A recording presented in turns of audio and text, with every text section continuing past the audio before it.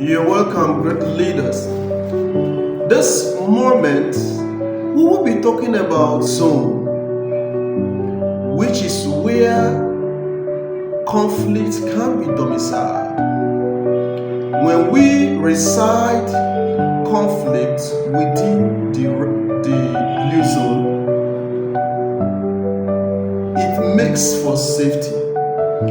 In one of the videos we have discussed about the red zone, where conflict is domiciled at a personal level, where emotions can go high, where people can escalate it, where it hampers relationship at will, and where people go more into their shelf because they feel they are not accepted, they are not competent, their survival is threatened, and their ability to control things are threatened. So, but that is at the red zone where people take things personally. But in this discussion, we're talking about the blue zone. What exactly is the blue zone? The blue zone is this zone where conflicts can be taken, and it is about the organization.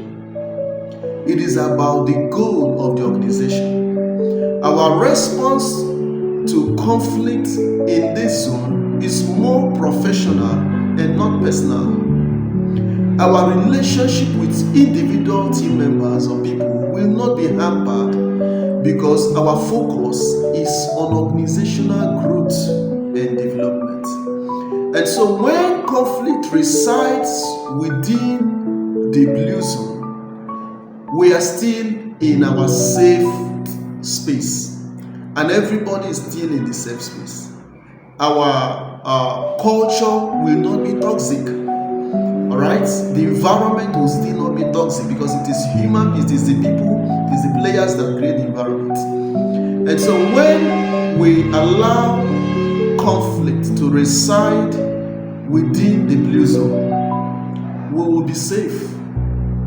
We will know that we are dealing with the interest of the organization. Everybody's interest is on the growth of the group, the growth of the organization, the growth of the family, the growth of the ministry, the growth of the business. It's about the organization, not individual. Nobody will say, "Why are you talking to me that way?" Because it is about the organization. And nobody takes offense on personal level. Why? Because the conflict has been taken to the organizational level. And that is the blue zone. And as great leaders, what is important is whenever there is a conflict that you will want to make it an issue of the red zone, learn to push it towards the blue zone.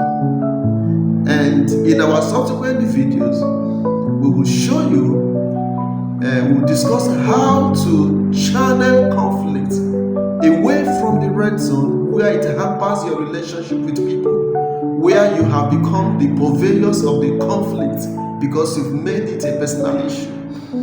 Now you learn to move it to the blue zone where peace is established and where a greater goal is sought, where the long view approach is taken, and where the safe space is created for everyone to reason and think irrespective of how people see it.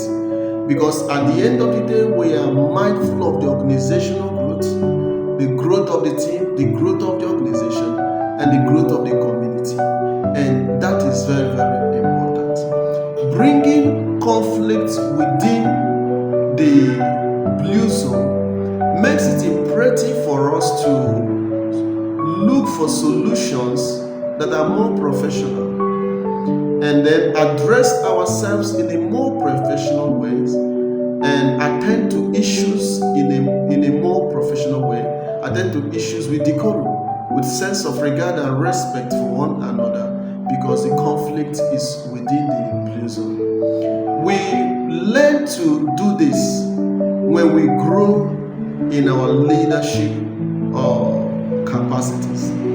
We learn to take conflict within the blue zone. When When we relate with people and they begin to take conflict away from the blue zone towards the red zone, as a great leader, learn to bring their mind also towards the fact that we are all looking for the growth and advancement of the organization, not necessarily an interest of any individual. And so when everyone understands that this is about general interest and a long view approach to solving issues, we will all be on the same path to progress and to peace.